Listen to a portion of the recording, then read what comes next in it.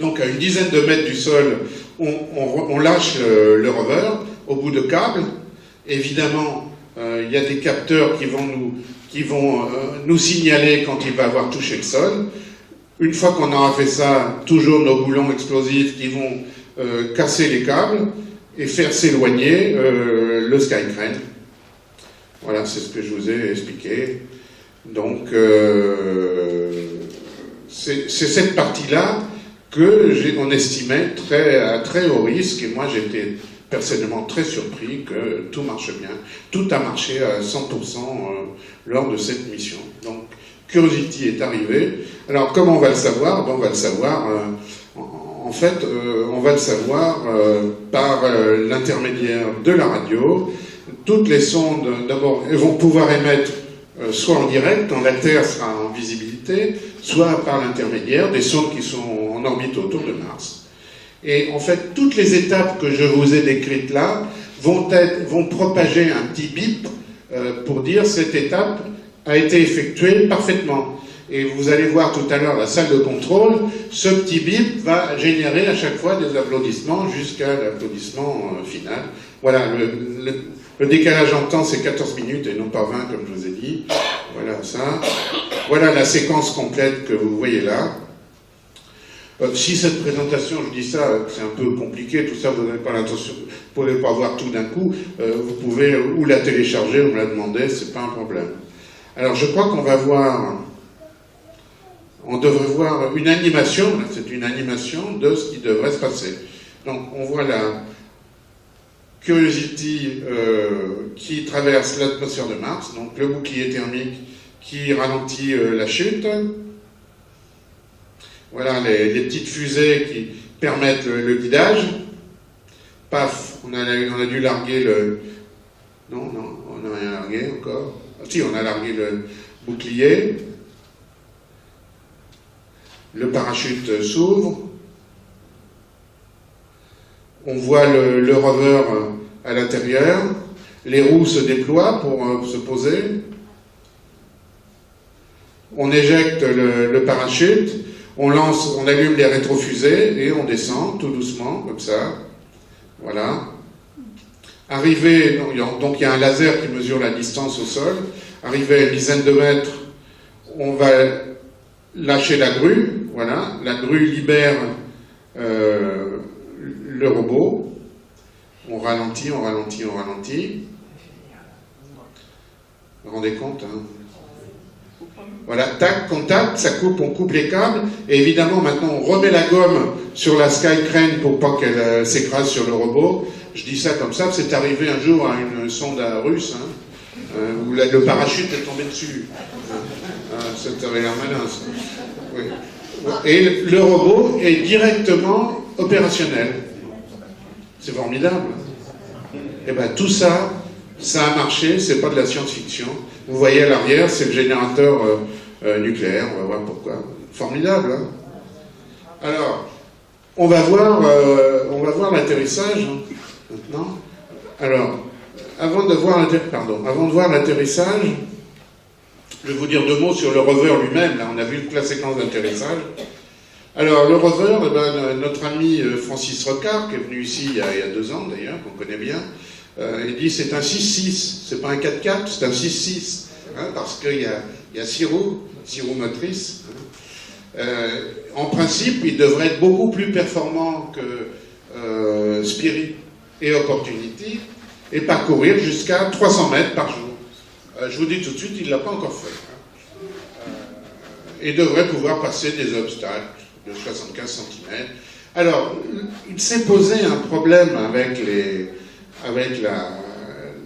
l'électricité, enfin la puissance pour cette sonde.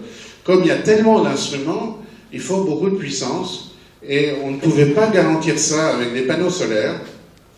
Et puis on avait un peu l'expérience de Spirit et d'Opportunity avec les panneaux solaires.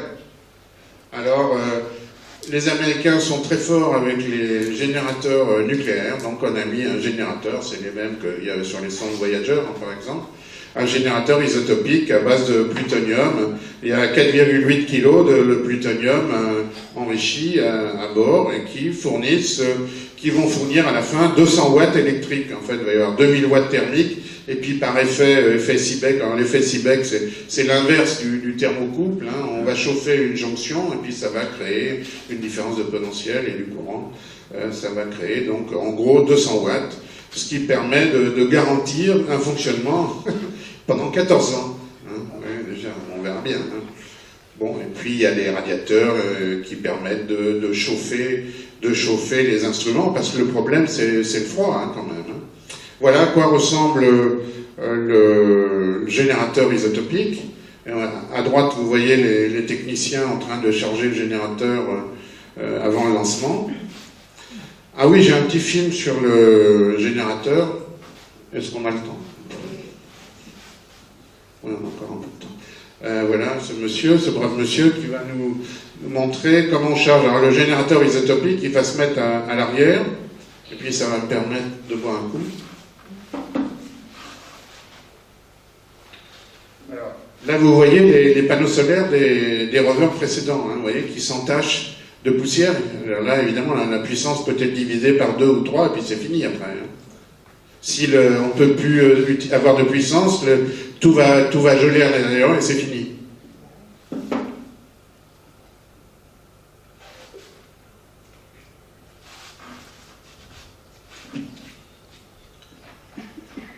Voilà, donc une grande partie de la place sur le rover est utilisée par ce générateur thermonucléaire, pardon. Voilà ces différentes expériences qui sont à bord. Et voilà le RTG, qu'on appelle Radio-Isotope Thermoelectric Generator. Les mêmes à bord des sondes voyageurs, ou même à bord d'Apollo. Voilà à quoi ça ressemble. Ça, c'est une maquette, ça doit être à l'échelle 1,5.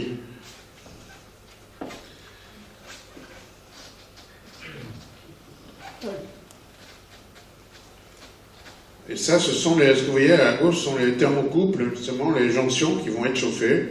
Et on a vu les serpentins qui font circuler la chaleur. Voilà.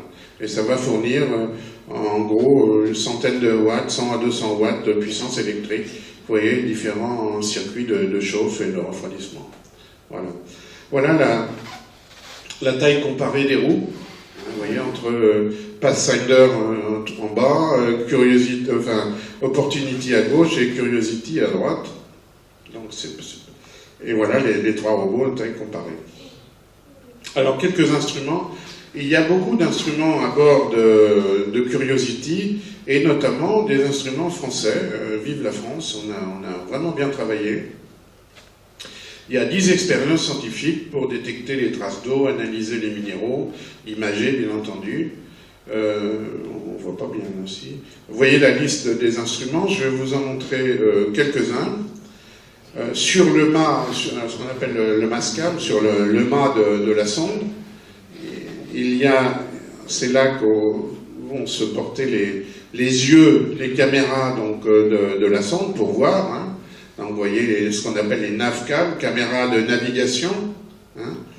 Et l'instrument qu'on appelle Chemcam, qui est l'instrument mis au point par les Français pour faire des tirs laser à distance et calculer la composition des sols ou des roches. Les deux NAVCAM, c'est important parce que c'est la célèbre firme Malin Space aux États-Unis qui a créé ces caméras qui sont de très grande qualité. Alors il y a un grand angle, un 34 mm et un télé de 100 mm. Voilà toutes les caméras. Alors évidemment, il faut beaucoup de caméras à bord d'un robot, d'un rover. Pourquoi? Pour voir le terrain. Alors, il y a en bas ce que vous voyez, ce qu'on appelle les ASCAM. AS, ça veut dire hazard. Hazard, c'est un faux ami en anglais, ça ne veut pas dire hasard, ça veut dire danger.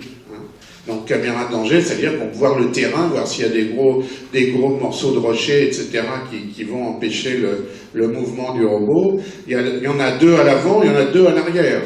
Il y a des caméras aussi microscopes. Il y a les caméras au niveau du mât, etc. Je crois qu'il y en a une douzaine en tout de caméras. Voilà les différents champs de vision entre le grand angle et la caméra microscope du Mali à droite. Alors, le ChemCam, ça veut dire Chemistry Camera, c'est un instrument d'analyse des roches et des sols à distance, jusqu'à 9 mètres de distance.